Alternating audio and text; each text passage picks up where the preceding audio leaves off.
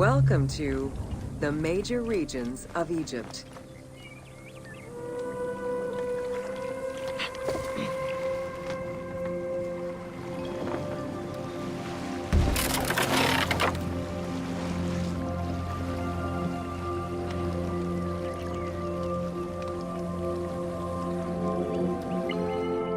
Life in ancient Egypt was concentrated along the shores of the Nile and divided into two regions.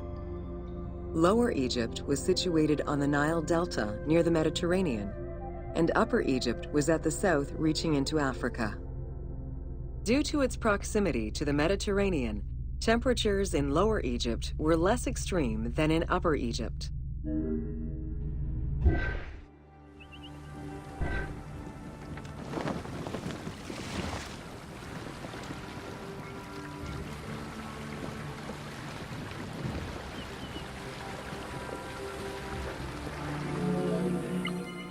Until 3100 BCE and the unification of Egypt, each region had its own pharaoh and crown.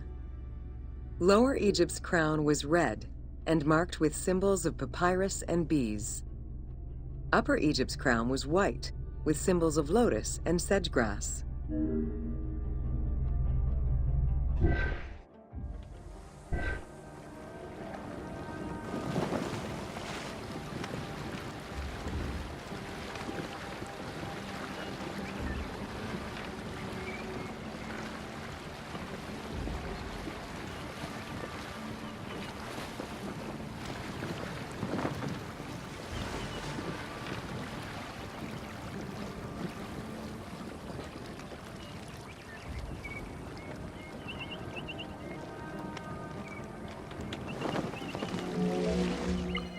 Both regions had competing major cities, most notably Memphis in Lower Egypt and Thebes in Upper Egypt. There were different religious cults in both regions, each worshipping their own major gods.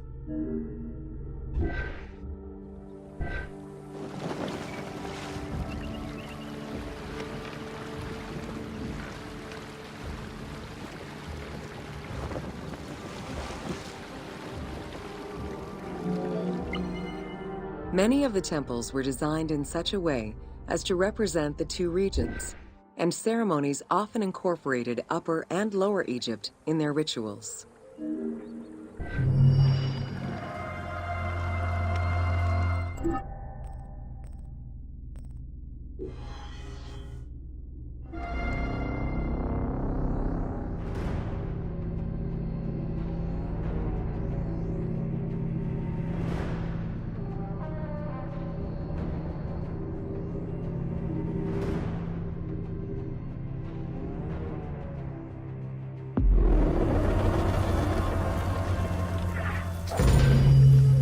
Welcome to Bringer of Life, the River Nile.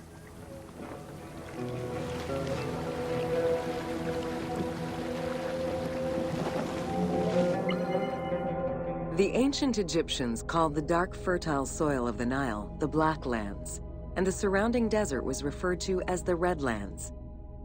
The dramatic difference of productive land opposed to barren desert had a deep influence on cultural ideology, mythology, and religion.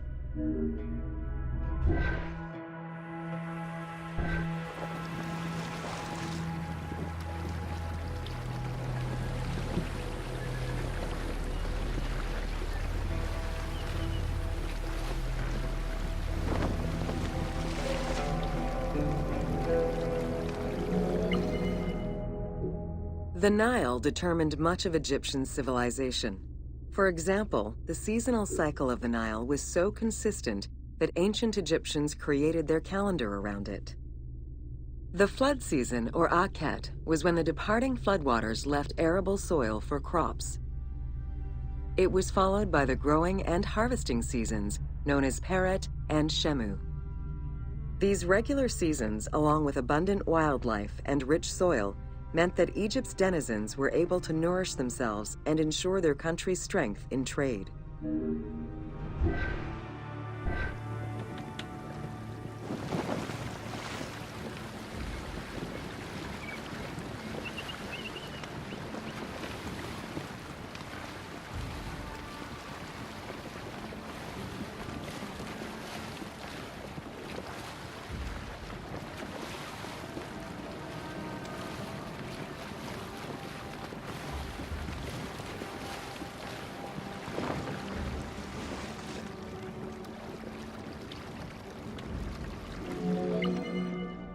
The River Nile, flowing from the south to the north, neatly traversed through both Upper and Lower Egypt. All of Egypt's major cities were built along this narrow ribbon of life. Protected by mountain ranges and deserts which acted as natural barriers to enemies, and sustained by the Nile's plants and wildlife, Egyptian civilization enjoyed economic and cultural prosperity for over 4,000 years.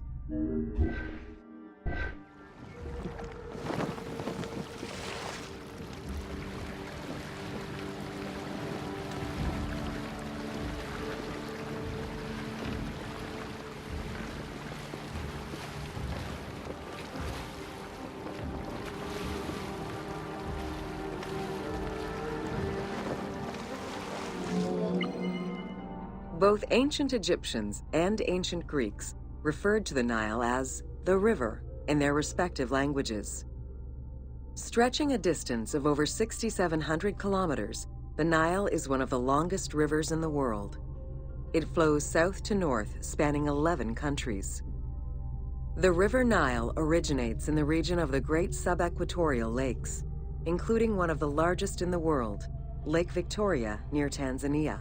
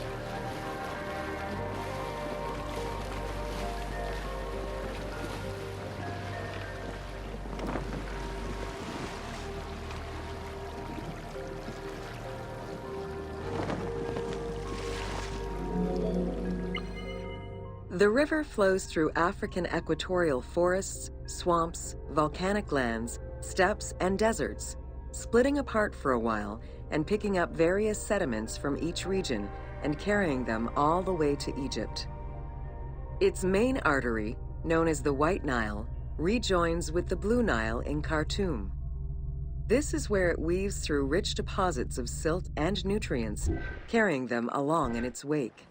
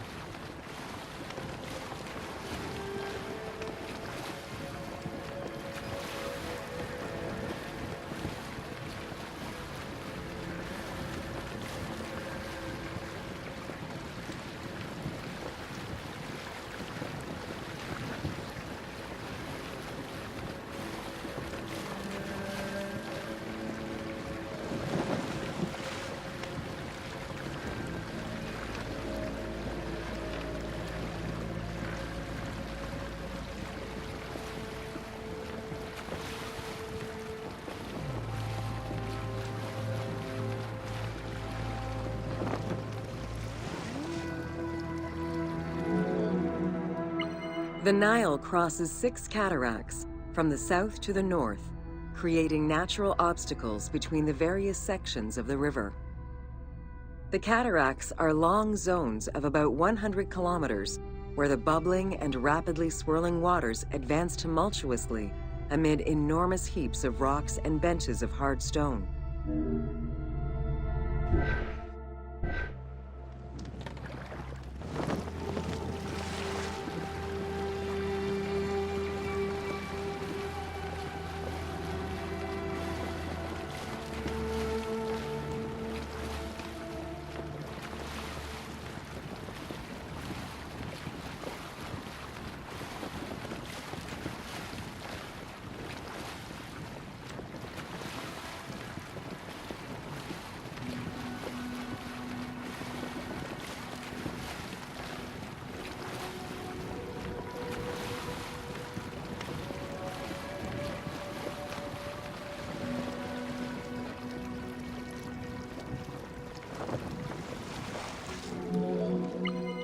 It is after crossing Nubia and the First Cataract that the river officially returns to Egypt in Aswan.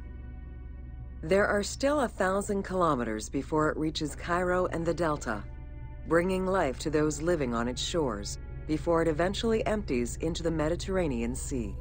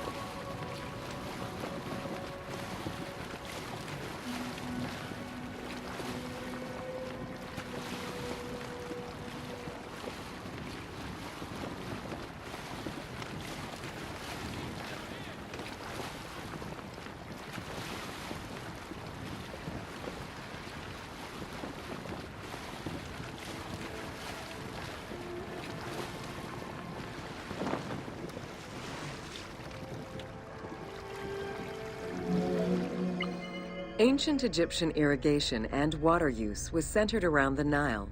However, they also had access to streams and rivers, as well as several large lakes. The Delta, situated at the north end of the Nile, also known as Lower Egypt, is a large irrigated area where the river splits into several tributaries.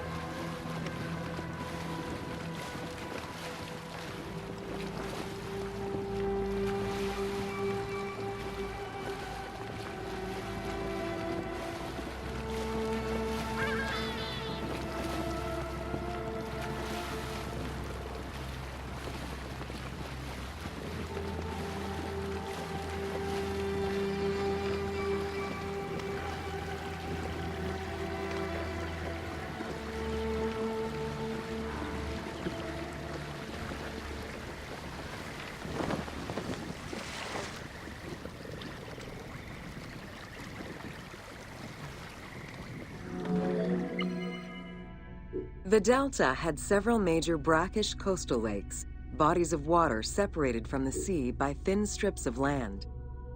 A mix of deep to shallow waters, salt swamps, and sand plains, these lakes were refuge to a wealth of species, as well as water and land plants.